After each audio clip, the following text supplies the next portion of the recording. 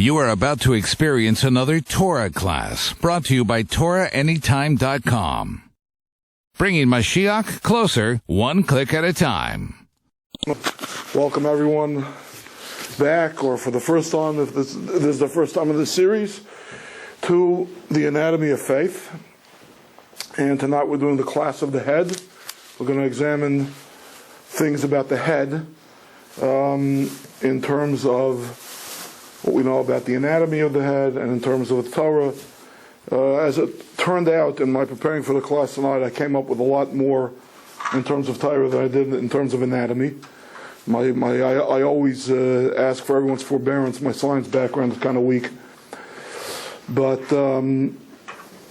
suffice to say that when I prepared for this class, I was trying to concentrate on the head, exclusive of other organs within the head, which, deserve talks of their own, the eyes, the nose, the ears, and so on. We have had some class on those in the past. So I'm going to just stick to the head tonight. Okay. The first thing when you have a Torah class about the head is to understand that there are no homonyms in Lashon Kodesh. When you have in English or in any other language, when you've got two dictionary entries for the same word, they don't necessarily have anything to do with one another. All right? You open up a dictionary, you look at the word top. So you'll have one definition that a top means a children's spinning toy, and another that means top uppermost. What does a spinning toy have to do with uppermost? Absolutely nothing. All right? And probably in no small part because languages are derivative. For all I know, the top that means a toy is Greek of origin, and the other one is Saxon. It could come from anywhere. The bottom line is that these kind of accidents, if you will, of coincidences of being bedfellows in the dictionary in other languages are pretty much insignificant. But in Lashon Kodesh we say that there are no, and in Lashon Kodesh I want to distinguish from modern Hebrew, which is itself kind of a polyglot language. But when we're talking about biblical Hebrew, when we're talking about the holy tongue, the language which, according to our traditions, God created the world with, that He communicates with His prophets with, and so on, you don't have these kind of accidents. So, the first thing I want to examine is the Hebrew word for head, which is Rosh. Now, Rosh means a head, but Rosh means other things as well. Rosh can mean a beginning. Okay? As in Rosh Hashanah. Right? The beginning of the year. Rosh Chodesh. Beginning of the month. Okay? Rosh Rishon L'chol Davar Shebekdusha is a maxim that you find scattered throughout rabbinic literature. And you can hear, even if you're not literate in Hebrew, you can hear alliteratively the connection between Rosh and Rishon, or Rosh and Rashis. They're Rashis in the beginning, right? So a head means a beginning. As a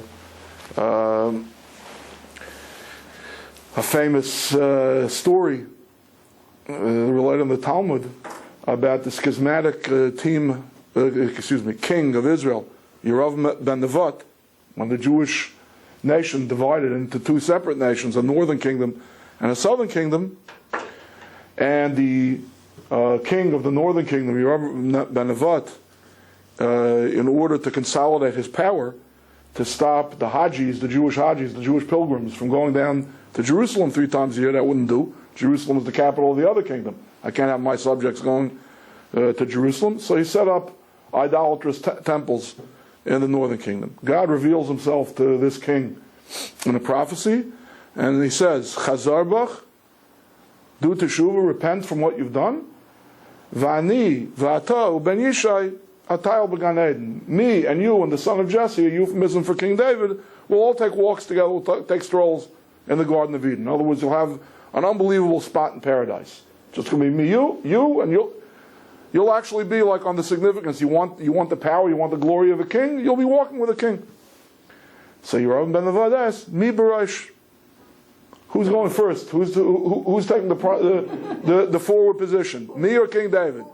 So God tells him, Ben Yishai, King David will go ahead of you. So Im kain loy bai. If that's the case, I'm not interested. That's a deal breaker. I turned down that offer. I'm just saying over this story to illustrate the idea of that Rosh, besides meaning head, can mean first.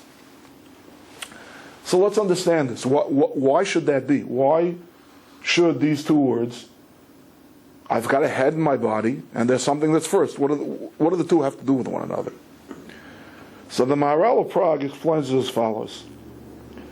He says, when you're talking about an organism, okay, you look at a tree. What is the first part of the tree? The root. The root.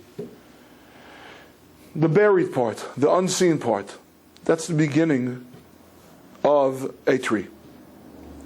So he says as follows. Ki ha'adam eitz hasada. There's a pasuk in the Chumash. Man is like a tree of the field. Is what we don't understand, what's unique about human beings is, yes, they're trees. But where's the field that this tree, where's the forest that this tree is rooted in? So a botanic tree has got its roots in the ground, and then it has a trunk, and then its toldos, its progeny, if you will, its offspring, radiate out in branches. All right? He says you have to look at a human being as being an inverted tree, as being an upside down tree. Whereas a tree is rooted in the earth, a human being is rooted in heaven. And a human being, as being rooted in heaven, his head, which is closest to heaven, is part of the root.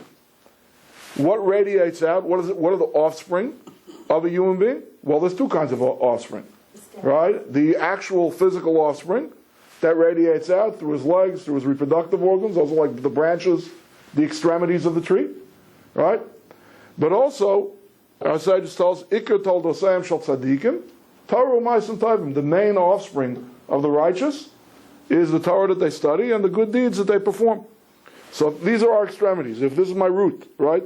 I've got branches here and I've got branches here.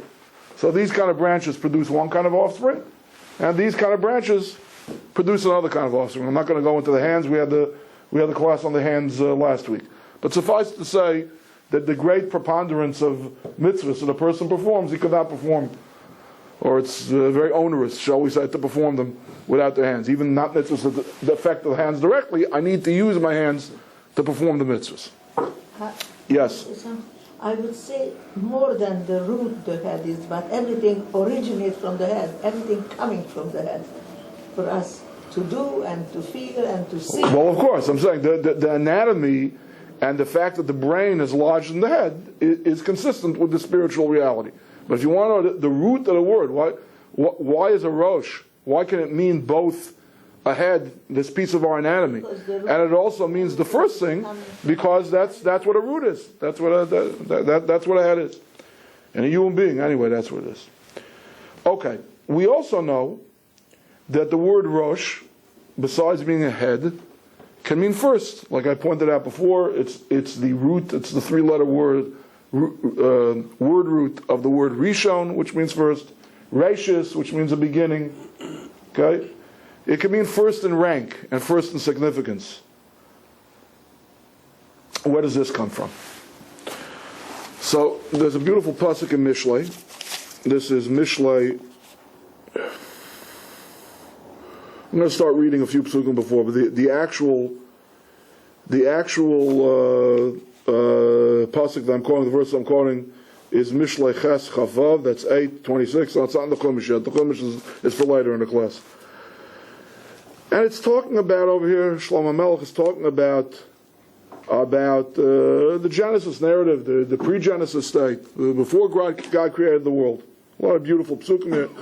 Hashem kanani reishis darkei kedem efalo miyaz bein tahim es chalolti bein mayans nechbadei moim. And then he says in pasuk Chavav, Ad lo asa eretz v'chutzos, before he had yet made the land and its far-flung areas, v'rosh afros tevel. Now here there's an argument between the Rishonim. What is this? Rosh, literally the head of the dusts of Tevel. Tevel is one of the words that we use for earth. Most of the Mepharshim learn it means an inhabited earth, an earth that's populated with people. That's what, in contradistinction to olam, which can mean an empty world, empty universe. Tevel seems to be with people. But at any rate, what does Rosh Afros Tevel mean? So the Ibn Ezra learns that it's a poetic redundancy. Ad Loos Eretz, before he had yet made man. Rosh can not only mean first, it can mean before. Okay? Before Afros Tevel, before he made any dusts of the earth. But Rashi and the Metzudas and the other Mefarshim all learn that Rosh Afros Tevel is a reference to the first human being, Adam Harishon. Adam Harishon is called the first in rank, the most significant of the dust of the earth. Because we know, if you read the Genesis narrative, it says that God gathered up dust, and the literature of Chazal is fleshed out a little bit more. It's like he needed a dough when he made the first human being, and then breathed the soul into the human being. But first there was the body of the human being. And the body of the human being was gathered from the dust. We see it even more clearly in the curse after the fall of humans. God says, "Afarata v'lofatashu." You are dust and you will return to dust. Alright? This is also something that's said, if I'm not mistaken, in the Ne'ilah prayer on Yom Kippur, or maybe elsewhere in the High Holiday Liturgy. There's this reference to the first man as Rosh Afros Tevel, referring to this pasuk in Mishlei. So head and first. Okay, before I was talking about head. No, I'm sorry, not first. We spoke about head as first. Head and first in rank. Beginning we spoke about rank. What does it mean when we say that head is first in rank? Man is called Rosh Afros Tevel. On a simple level, it's not talking about the first in sequence, right? Because on the contrary, human beings were the last creatures to be created. And as Mrs. Bennett pointed out last week, woman was even after man, right? But at any rate, even better, right? Saving the best for last. So you could say, well, look, there's this maxim, there's this idea of sof ma'aseh b'machashav tchila, that whatever is the last thing in terms of actual appearance was the first thing in plans. The objective is when a builder is building something, right? The objective, in a certain sense, is what he saves for last. An artist is creating a work of art. You save the best for last. You save your real objective for the end of your creation. And so God did when he created the world. So you could say it in that way. But the simple meaning, according to these Mefarshim, of what it means when we say that humans, that Adam was Rosh Afros Tevel, it means the most significant of the dust of the earth. This is dust of the earth that was gathered up to make something spiritual out of it, to invest it with a soul. So in that context, we understand titles such as Rosh Yeshiva, the head of the yeshiva. Head of yeshiva means is the most significant person there. Reish Galusa, there used to be an exile arc. There used to be, when the Jews were first exiled to Babylon, the head of the Jewish community, almost the king of the Jews in exile, the government exile, was known as the Reish Galusa, which is Aramaic for Rosh HaGalut, the head of the exile, head of the diaspora.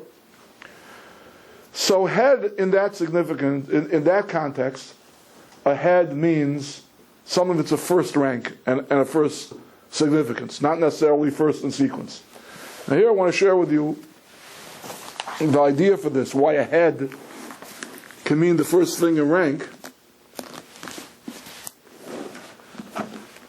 A passage from Avos the Rav Nosson. Yeah? To this day, we use that concept.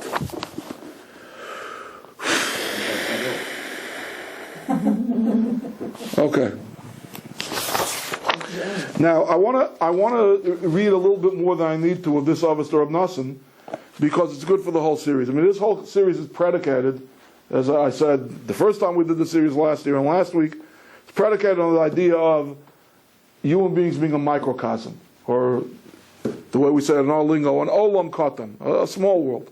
In other words, whatever was writ large in the macrocosm, you see writ small in human beings, and that's why the pasuk in Iyov, Mipsari Echza Lakah, that this whole series is predicated on, from my flesh I will see God, it shows the most immediate. You don't need space exploration, so to speak. If you really contemplate, if you really study, if you really analyze our own physical and spiritual plants, you can learn a lot about the machinations of the universe writ large and the artists that created them. Okay, so here, the Brisa in Avos Reb Nosson says as follows. I'm not going to bother reading the Hebrew. I'll just give you a running translation in English.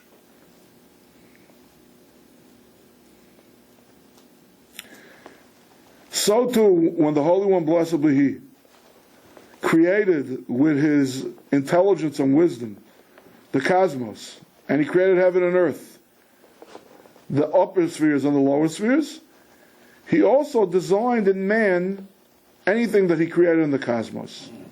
He created forests in the world. He created forests in human beings, and those are the hairs on a human being. He created wild beasts in the world. He created wild beasts in human beings. For those of you who have indigestion, you're going to like this one. This is the human digestive tract. Okay, we're going to have a class on that later. I have to remember this when it's time for the class on the digestive tract. Okay? He created aromas in the world. He created aromas in man. Okay, I would have said something maybe a little less delicate. The Dovid nose says this is the human nose, which is an interesting thing. I mean, you smell with the nose. The nose itself does not smell. I don't know. Okay, the sun in the world, the shining countenance of a human being. Well, I'm not going to go through the whole list. The significant one for tonight's class is this. He said, God created kings in the world, in the geopolitical systems. There's such a concept as a king. God created a head in a human being. A head is the king. Right? Now, how is a head a king? Why is a head a king? Please let me present my thing. Then okay. If you have a question, okay. All right. So, let me start with an incredible vart from. I think this was the second Radomsker Rebbe. The name of the sefer is Knesset Yecheskel. He says that the word in Hebrew for a king, melech, is what we call Roshei Tevos. There are a lot of words in Hebrew that are acronyms. Okay, some of the more famous ones that we probably all heard or we're familiar with: the month of Elul, the month of Rapprochement, between Jews and each other, between Jews and God. It's supposed to be an acronym for Ani l'Dodi v'Dodi li. I am to my beloved, and my beloved is for me. All right. Chanukah is Chanu Chafei. They rested on the 25th day of the month. There are a lot of such allusions in famous words in the Torah and in rabbinic literature. So the Knesset Yecheskel says that Melech stands for Moach, brain, Leiv, heart, Kaved, liver. Okay? Mayach, Leiv, Kaved. Now, before I finish the Vart, I want to show you the verse in the Chumash upon which the Vart is predicated. Okay, let me give you the page in the Living Torah.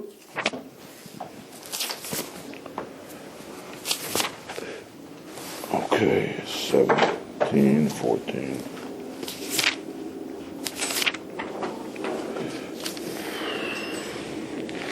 Okay, page 953 in the English.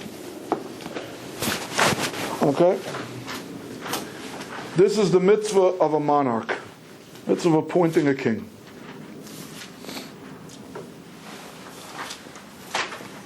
Everyone have page 953 in the Living Torah?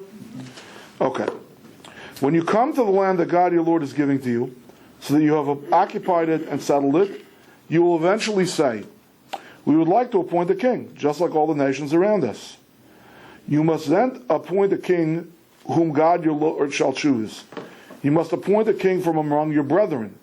You may not appoint a foreigner who is not one of your brethren. Okay, an aside, before I get back into our class, let me say over some things that we've learned before. Number one, let's talk current events. I think that this law of the Torah probably made its way, I'm no world historian, but probably made its way through British common law.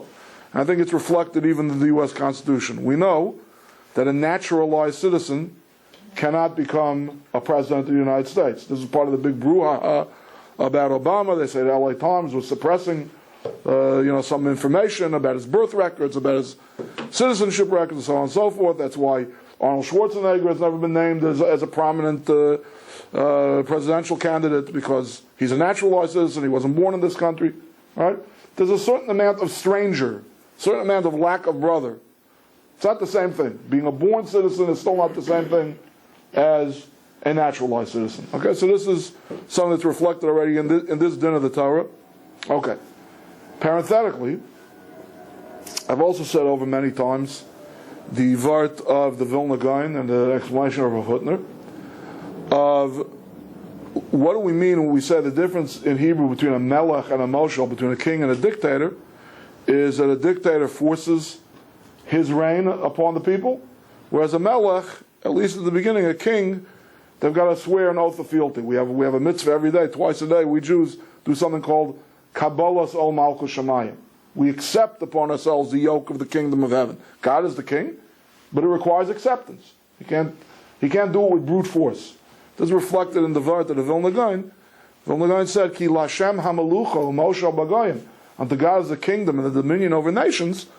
Kingdom refers to his relationship to the Jewish people. Moshe Bagayim, his dominion over the nations, that refers to his relationship to the rest of the world. Vis-a-vis the rest of the world, God is a dictator. Whether they like it or not, whether they accept it or not, whether they recognize it or not, he's running their affairs. He's got all the power. He holds all the cards. The Jewish people recite Kriya Shema twice a day. They're accepting the yoke of the kingdom of heaven. But he said it's more than that. It's not just about free will versus a coercion. The way he explains is as follows: the mashal, the parable that Rav Hutner gives to explain on a little bit of a deeper level what the Vilna Gaon's meaning is as follows. Why is it that a lion is called the king of beasts and a lion tamer is not called the king of beasts? Yeah, if you want to go at the top of the pecking order, maybe the lion is the alpha cat. Maybe the lion scares every other animal or every cat in the jungle. But the lion tamer apparently controls the lion. So why isn't the lion tamer the king of beasts? And the answer is, because he's not a beast. You've got to be a beast yourself before you can be the king of beasts. That's what's reflected. That's the ethos that's reflected in this law of the Torah. Mikera v'checha tasem alach melech. You have to place a king upon yourself from among your brothers. A king has to be first among peers. That's how in the feudal system, in the early days of kingdom, that's how it started. There was landed gentry, they became knights, and from their ranks, they would pick one person up and elevate him, and he would be the leading knight, aka the king. All right? That's why in so much of world culture, kings are associated with warmongering. Right? In the Rambam, in our culture, in the Maimonides, the law of kings, the full name of the law of kings, the Rambam, is the law of kings and their wars. It's Hilchos Malachim u'Milcham Eisayim. You look up in any good edition of the Rambam, that's what it says on the title page. At any rate, so this is something that we see throughout the idea of there's got to be a removal of the monarch of the king from those he's ruling, but there's got to be that commonality. He's got to be one of the people. He said, if you're not an animal, if you're not a beast, you can't be the king of beasts. Right? If you're not a Yisrael, you can't be a Melech Yisrael. It says in this pasuk. Okay. Now let's get back to our class over here. So the Radomsky Rag of the Knesset Yecheskel says an amazing thing. Yes, all three of these organs, the head, I should say the brain, the heart, and the liver, all work their way into the word Melech. And according to our sages, and again, I don't know how much modern science agrees with this. Okay, talk about various biochemical processes that induce certain human behaviors. Right? But suffice to say that the way Chazal look at it is the moach is the seat of the seichel, of intelligence. I think that much modern science has no problem with. The heart is the seat of passion, love, if it's good, lust, if it's not good. And the kaved, the liver, which we think of as a filter of the body, Chazal associated the kavod with anger. Okay? So there's the tender emotions, there's impassioned love that can sway a person, that can control a person. All right? There is the anger or the jealousy or the antisocial emotions that can sway a person, or then there could be a dispassionate, just pure mind in control. That's the moach. Says the Radomsky Rebbe, based on this pasuk, he says, if you allow the heart or the liver to control you, you're putting upon yourself a king who's an ish zar. You're allegorically defying this prohibition of the Torah. From among your brothers, put a king upon you. If you let your moach, the mem of melech, rule your life, rule the rest of you, okay, then you've chosen the right king, so to speak. If you allow the other organs, as nechbad, as honorable, as significant, as indispensable as they are, you can't live without a liver, you can't live without a heart. Right? These are not ancillary or appendix-like organs that we can remove them, we can do without them. Nevertheless, you've got to let your mayach run it. Okay, it's a very cryptic word. I read it in a source book. I don't really understand it. How is it's my liver, it's my heart, right? How is that something foreign to me? How is that not my brother? Or what? Let me put the question a little bit better. Okay, what makes my brain more my brother? Okay, more like me, in quotes. My rosh, my moach. What makes that more my brother than the other indispensable organs? I must interrupt you. Okay. Because if you must, you must. A parent brings up the children only with their heart, they're spoiling the child. You have to use your psycho, because if the psycho will do the right thing, and if you go after your heart, you're really killing your children, really spoiling your children. Okay. I agree with you. I'm just trying to, your observation of parenting is 100% correct. Okay? And if you only raise your children with anger, it's even worse. Right? If you have a right mind, you don't raise the children. Okay, I'm saying there are some angry people out there who raise their children with anger. That's not good either. Comes from the liver. Okay, whatever the case may be. I'm just trying to understand. From the gourd. I understand. So if you're just given a good piece of advice, look, any of these three organs can be king. I'm giving you a good piece of advice. Let your brain direct your life. But he learns it into a pasuk in Chumash. I'm trying to get a little bit understanding, and with that, understand a little bit again better the Reish and how the word can mean first in rank, or should mean a king, should be first in rank. Okay, so here I want to share with you a vart from Rabbi Salanta. Rabbi Salanta, as we all know, was the father of the modern Mussar movement. And the modern Mussar movement was about tikkun hamidus, fixing and perfecting our character traits. Okay, it's particularly significant this time of the year. We're middle of Sfiras HaOmer, and every night of Sfiras HaOmer we talk about a different midah, chesed, gvura, kindness, strength, all different kinds of midas. So we're trying to purify and so on and so forth.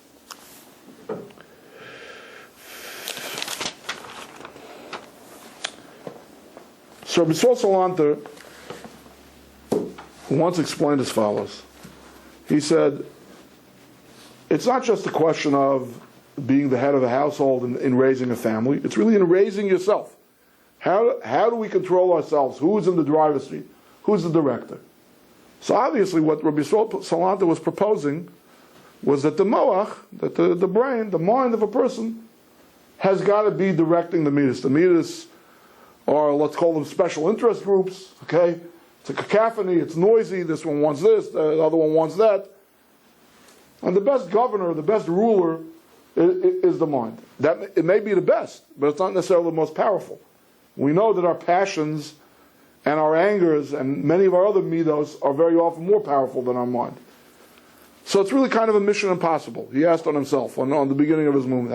How can I demand from people that they should learn Mussar and be reflective and be cerebral and try to harness the more emotional motivators in their makeup?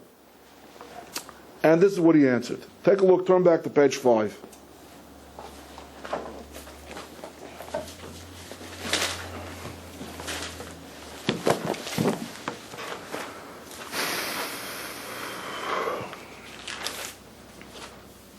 Okay. I want to say it as Rav Hutner said it. So before I do, I want to share with you also one halacha. Okay, there's a halacha in Shulchan Aruch that if a person comes to a community and he's looking for a shul, a beis knesses, a place to pray, a place to daven, and all of the things are equal. Okay, there are 3, 4, 5 shuls in town, and basically in terms of decorum and in terms of halachic observance, they're all equal. They all read Kriya Shema and pray early enough in the day. They're not playing around with the times. You know, they all have a kosher mechitza. They have a good partition. Everything is equal. It's kapaskim the Shulchan Aruch. The halachic ruling is you've got to pray at the shul with the largest crowd. Ki b'rov am hadras melech. The larger the nation, the more glorious the king. So the idea is that a large part of our prayer service, a large part of our whole exercise of praying is to give greater glory to God. So the bigger crowd that you're part of, that's the simple meaning of the halacha. However, what's very fascinating, what he contrasted is nowadays, we have multi-purpose buildings, we multitask, right? Every shul has something called a beis medrash, right? A smaller weekday shul, not every shul, but a lot of shuls have it. But in most of the communities of Europe, before the Holocaust, there were 2 separate freestanding institutions. There was a beis knesses in a town, and there was a beis medrash. Beis medrash basically means a place where you go to learn, not necessarily a place you go to daven. Was any learning done in the shul? Well, Kriyas Torah, public Torah reading, is of course a form of Torah learning, but was primarily a place of prayer. Was no davening done in the beis medrash? No, sometimes they had minyanim in the beis medrash. But the beis medrash were the places where the Lamdanim, the Talmidei Chacham of town went to, a place with a well-stocked library. It wasn't just Chumoshim and Sidurim on the shelves. You had all kinds of other books, Sefer Kodesh, holy books. There is no parallel law by a beis medrash. Nowhere in Shulchan Aruch does it say that if you come to a town and there are 2 batei medrash, which one should you go learn in? Oh, the one who has more students, the one that's frequented by more people. So it's a very interesting contrast. What's the difference? These are 2 very important Jewish public institutions. To use our modern vernacular, a shul and a yeshiva. Why do I go to the shul with the most parishioners and I don't go to the yeshiva with the most students? What's the difference between the 2? I'll come back to answer that in a second. But first to answer Rabbi Yisrael Salanta's question. We're all on page 5? Okay. Take a look at verse 26. God said, with apologies to the people from Pita, God said, let us make man with our image and likeness. Let him dominate the fish of the sea, the birds of the sky, the livestock animals, and all the earth, and every land animal that walks the earth. The mandate of human beings was, Moshel or Melech, whatever you want to call it, Uridu, you have dominion over the animals. You can control the animals. Says Rabbi Yisrael Salanter, human beings were created singular. One human was created. All the animals were created as herds. Right? The same way, in the macrocosm, in the big cosmos, humans are told to dominate animals. In the microcosm that is a human being, there's an Adam Shabbatim, there's a human being within the human being, and then there's animals. There's a whole animal kingdom, there's a whole zoo, there's whole botanic gardens in human beings, and much more than that. Okay? There's all of that in a human being. So the same way, man was told, you dominate the animals, every human being is told, let the human in you dominate the animal in you. The midos, our emotional lives, relate, per the Torah, to animals. Had the Torah never been given? I'm not just talking about negative character traits, positive character traits. The Torah had never been given, says the sages of the Talmud.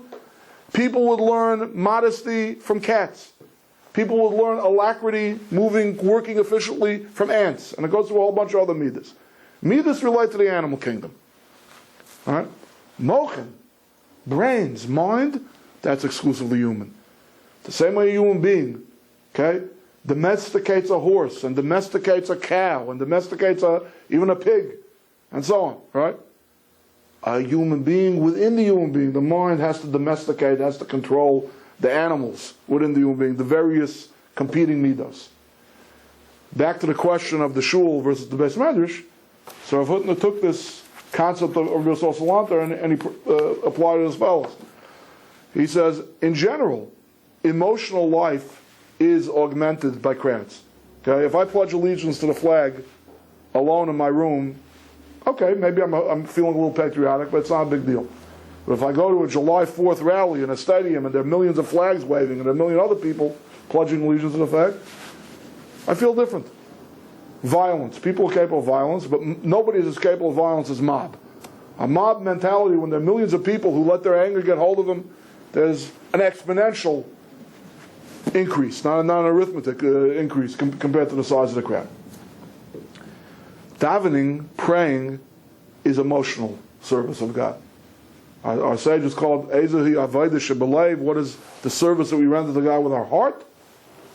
That's prayer. Learning Torah is primarily mind work.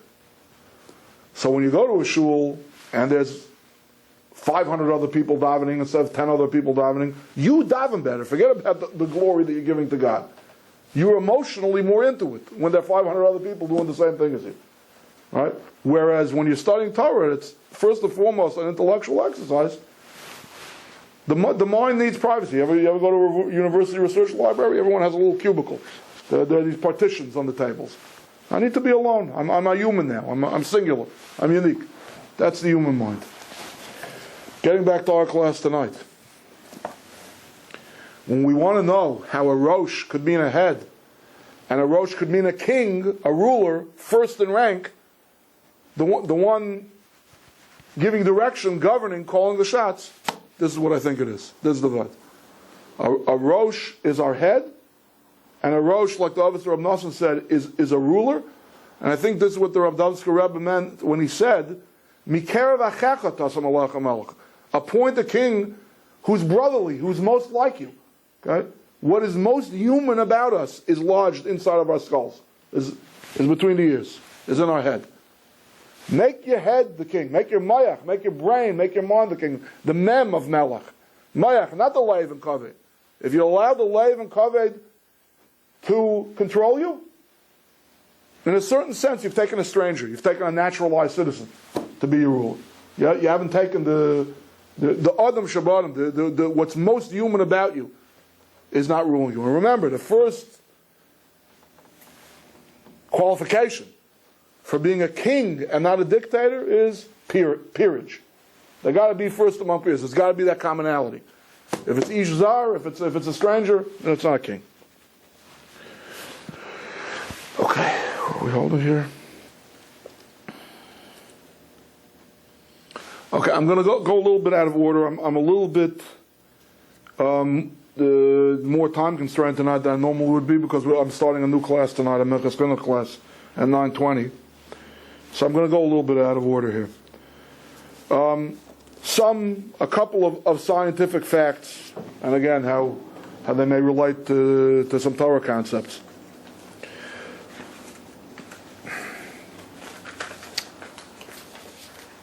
There are 22 bones in the skull. I got this off of a scientific website. I'll take their word for it, okay? And again, even though I've been trying to avoid the other organs that are lodged in the head, I mean, this doesn't just mean, the cranium, this part of the skull. It includes the upper jaw and the lower jaw and so on and so forth. There are 22 bones in the head. And it struck me that there are also 22 letters in the Hebrew alphabet.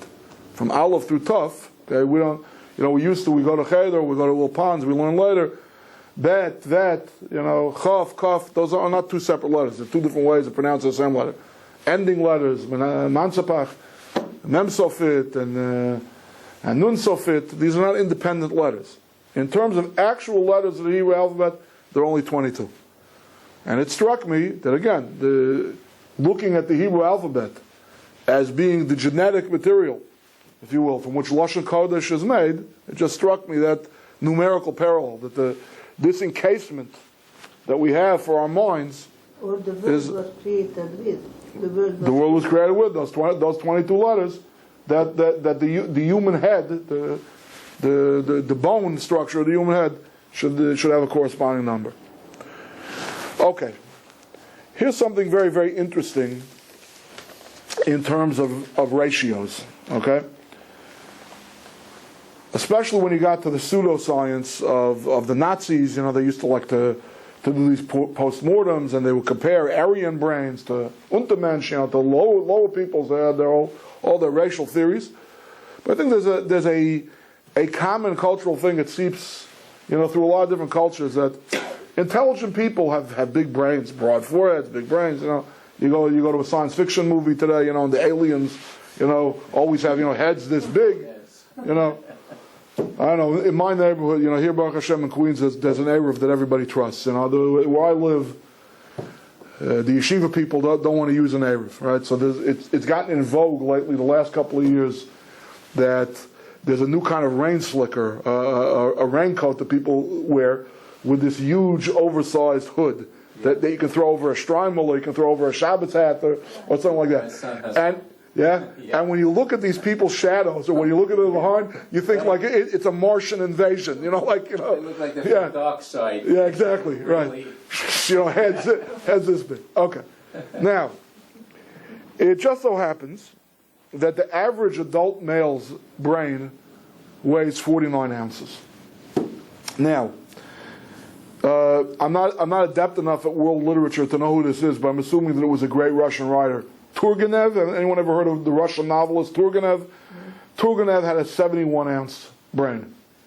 And Bismarck, the uniter of the various German city-states into modern Germany, Bismarck had a 64-ounce brain.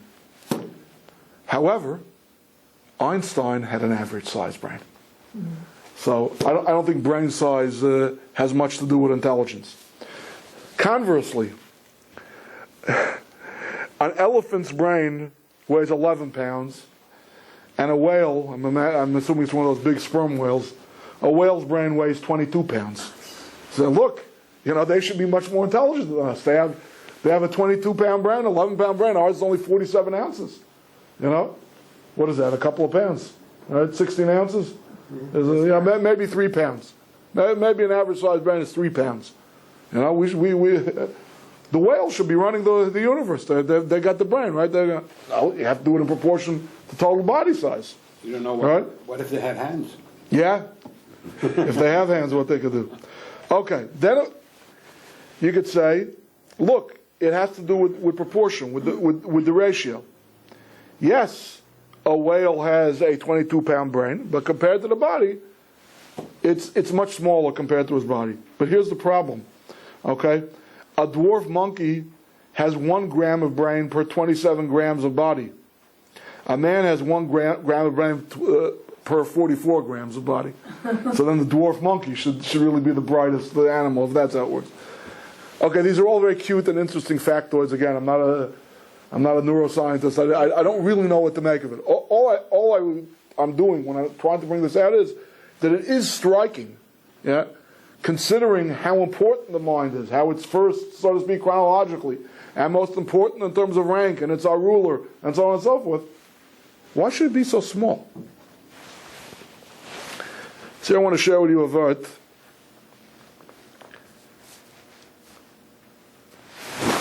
from the Amshinover Rebbe, another Hasidic Rebbe. The Amshinover Rebbe said that, again, if you look at the macrocosm, you also find something very similar. That the smaller the better, so to speak. The fact that something is lacking in physical size, so to speak, in its category, right, doesn't make it insignificant. Sometimes make it more significant. Okay? Stones. Okay? A big granite boulder, right, that might go into the building of an ancient temple. It could weigh 150 tons. Right? Worth more or worth less than a 1-carat diamond. Okay, within the diamonds, we want bigger diamonds. But even the biggest diamond, the Hope diamond, okay, how much does it weigh?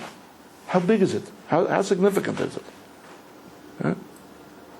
He doesn't give this example, but I will. Okay? When God is professing His love to the Jewish people in the middle or at the end of the Torah, He says, "Lo mi rubchem, b'achar Hashem mikem mikol ha'amim, mashal p'nei adama, ki atam ha'ma'at mikol ha'amim." It's not because of your numerical superiority. It's not because of the big numbers that you can give me that I made you the chosen people. If that was the criterion, the Chinese would be the chosen people. All right? You're tiny. You're a tiny, minuscule demographic in the total world population. Okay, Chazal have another kata ha'mat, that has to do with our very leavening, beautiful trait of humility. But the simple meaning of the pasuk is that even though you're tiny, all right, even though you're small in terms of numbers, I chose you. I don't know if it's an even though, maybe it's a because, consistent with what Dam Shalom Rabbi is about to say. He says, now here you have to put on your thinking caps, because what he says is kind of profound. Excuse me. He says, please, let me finish. Let me finish the idea. He says as follows. We believe in a concept of Bria Yesh Me'ayin. Bria Yesh Me'ayin means what the Greeks called ex nihilo. Okay? Something out of nothing. Okay? There was a nothingness. It's not something that the human mind has an easy time wrapping its head around, so to speak. What does nothingness mean? But this is what was before Bereshis. The first word of the Torah is Bereshis. In the beginning, God created. What was before that? So the pasuk says, "V'haaretz ha'isa sayu v'vayu v'chayshach b'nei Yisrael." The earth was null, was void, empty, nothingness, non-existence, and out of non-existence came existence. Okay? So what's closest to God and what's first, sequentially, is nothing. Okay? So in a certain sense, the closer a thing is to God, chronologically, working our way backwards on the timeline, okay? The closer a thing is to God, the closer it is to nothingness. The more ephemeral it is, the more insubstantial it is. Okay? The Kabbalists speak about the idea of there being four emanations, four kinds of worlds: Atzilus, Bria, Yetzirah, Asir. Okay, I'm not any similarity between me and a Kabbalist is totally coincidental. But the idea being, basically, what they're saying is that before things appear in our very material world, okay, it's got to go through a series of emanations where, think of it in terms of, a youngster putting on weight as an adult. You get some flesh on the bones. Okay, in that case, it's considered to be growth and maturity. It's a positive thing. The idea over here is, the further it gets away from God, then the more material, the more corporeal it becomes. Says the Amshanav Rabbi, he says that the smaller, in a certain sense, the less substantial things are, the more valuable they are, because the closer they are to this concept of nothingness, of ayin. There's a famous pasuk in Kaels, "V'achachma me'ayin timatzeh." Wisdom, true wisdom, grows out of ayin, out of nothingness. It's usually interpreted to mean, again, this idea of humility. The more humble a person is, the greater their capacity for learning, for absorbing learning, for growing wise. But there's another way to interpret it, that the closer a thing is to that nothingness stage, then in a certain sense the closer it is to God. So the same way it works with rubies and diamonds. They're tiny, they're insubstantial compared to the bigger rocks, but they're the most valuable. He says that's how it is with the mind too. In terms of the ratio of the body, the brain, 3 pounds maximum. I'm not maximum. 3 pounds on average. Compared to a big human being, 100, 150, 200. In my case, I don't want to say how many pounds. Right? It would seem to be so insignificant in terms of length. I have to prepare this for my digestive tract class. But I think, we have 2 miles of small intestine or something like that. I mean, it's you want to crunch numbers? There are a lot of organs, a lot of limbs in the human body that would seem to be a lot more significant than the brain. It really seems very, very insubstantial. Eyes are tiny, nostrils are tiny, ears are tiny. All these things, these sensory organs, they're also tiny. Says that's not a knock on them. On the contrary, the fact that they're smaller means that they're closer. Remember we said before at the beginning of the class to Maral that the Rosh is a shirish, it's a root, it's rooted in heaven. It's closer to that creative force that begins with nothingness. Okay, Ms. Bennett, I'm sorry. What did you want to say? I just want to Too much. I just want to get this I concept. just wanted to say that Hashem created the Torah before the world, right? And Correct. The Torah according to the world, and the Torah starts Bereshis. Right. The first word. So this is the head. This is the beginning. I think almost synonymous, nothingness is in a sense synonymous with God.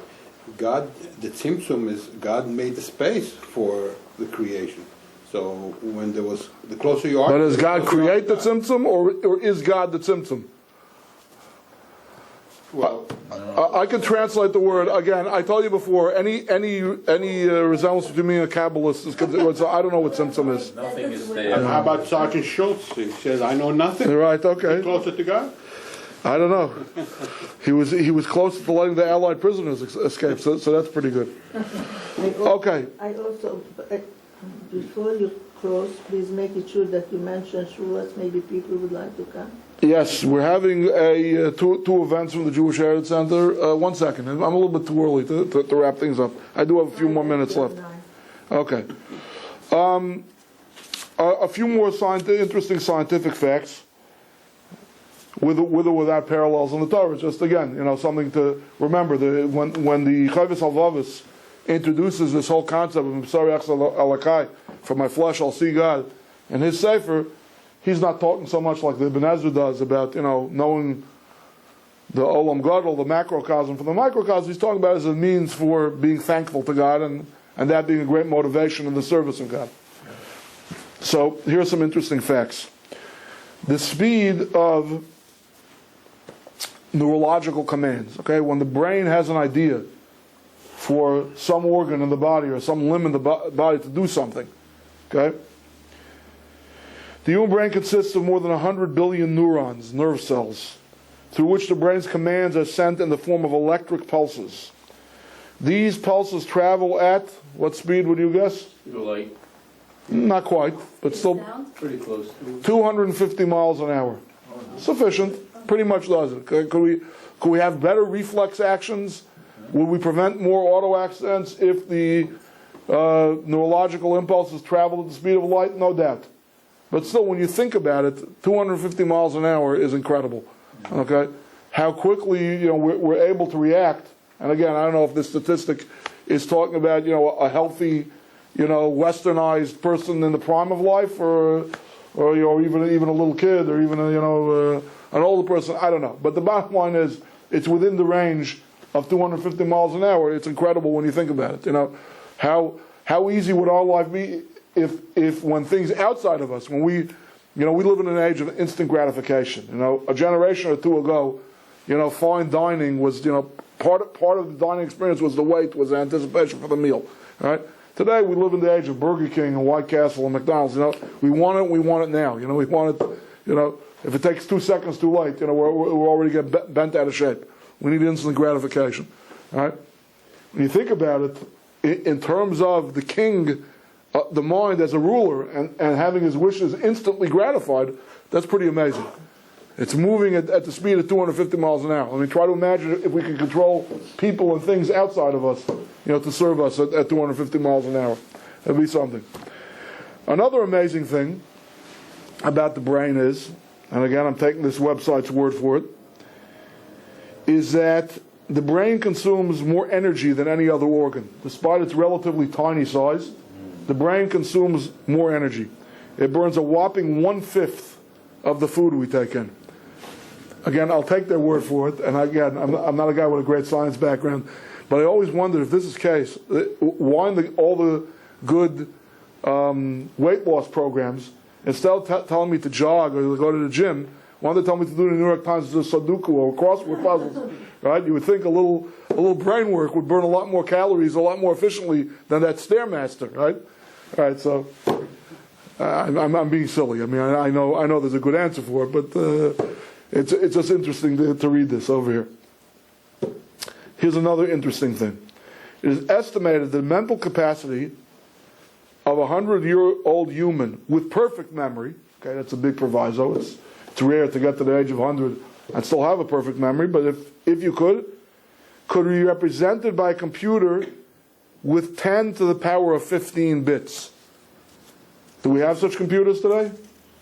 No, I don't know exactly when this article was posted on the internet, if it's 5 years old or 10 years old, but maybe it's last week.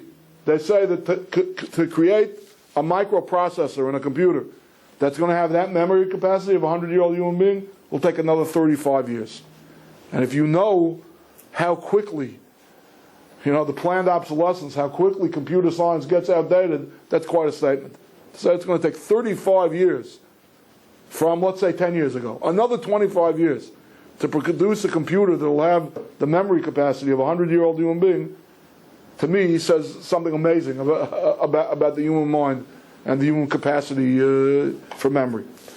And I think it's interesting that another word we started off with looking at things that are called Rosh, besides the head. And one of the things we have is Rosh Hashanah. Rosh Hashanah is also known as Yom HaZikaron, Memory Day. Okay? Memory and primacy and rulership, all of these things go together. Okay. I just want to say a word or two about hair. Okay, it is part of the head, at least it grows out of the head. And we read a Avostar of Nassan that compares it to the forests of the world, exactly what that allegory is. I'm not 100% sure. I guess, a lot of small things growing thickly next to one another. That's the metaphor for hair. But I just want to share with you two divrei Torah that I always found very insightful about hair. Well, it's like this, and we touched upon this last week when we found that the basic cell structure of fingernails and hair is similar. All right? If you pull hair out by the roots, it hurts. Right? But if you cut hair has no nerve endings. Hair is dead. The exterior, the visible hair is inert, it's dead, there's nothing to it. There was a Tana, that means one of the authors of the Mishnah, who was known as Bar Karcha, the son of the bald one. Yeshua ben Karcha, Bar Karcha. Right? Echamrim bald b'vritim medubet. Kerach, echamrim bald. Bald? Yeah. Kereach. Okay, even in modern Hebrew, a bald person is called a kereach. In the times of Mishnah, Karcha, I guess it's the Aramaic version of it. Yeshua ben Karcha.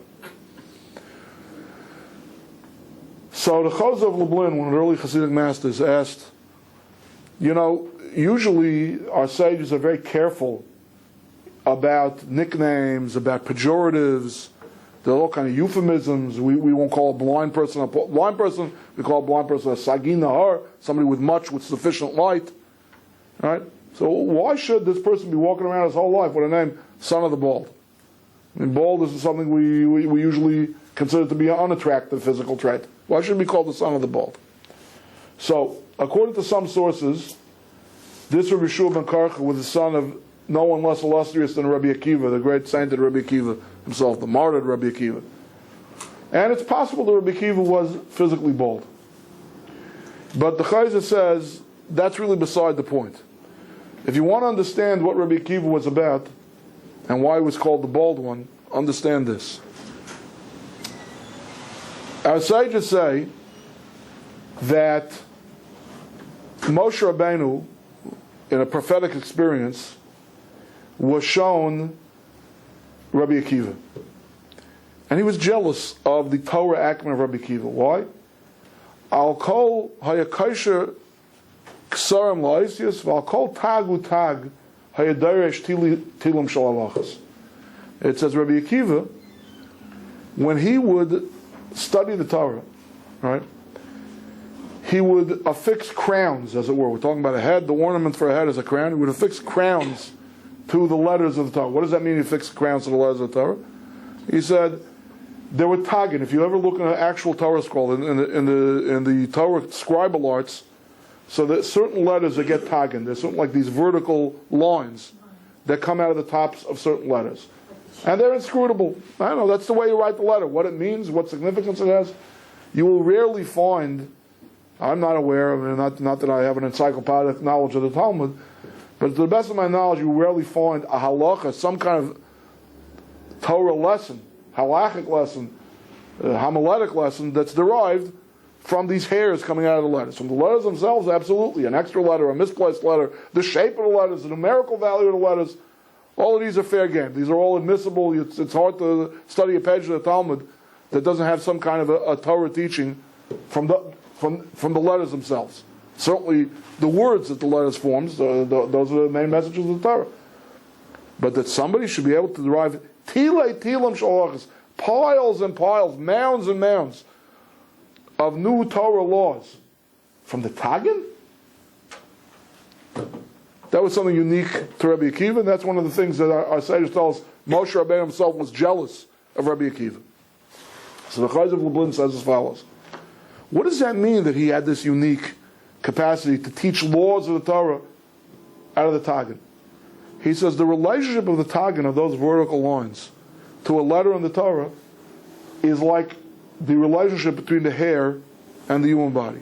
It's connected to the body, it exudes from the body, it grows out of the body, but it's lifeless. There's nothing to it, there's no vitality to it. Now, we would read the letters exactly the same way, whether they had those hairs, as it were, those little vertical lines coming out of them or not. So what does it mean when you can learn halachas out of the lines? It means you've taken hair and you've made it into living tissue. That's boldness. There's no hair. There's nothing extraneous. It's all part of the body. That's what we meant when we said that Rabbi Akiva was called the Karcha, Mamela's son was called Rav Shua ben Karcha. This idea of, as it were, like drawing the hairs right back in, to their roots, to their sub-scalp roots. There's nothing extraneous. There's nothing lifeless over here. It's all alive. There's something to all of this. All of this can teach us things.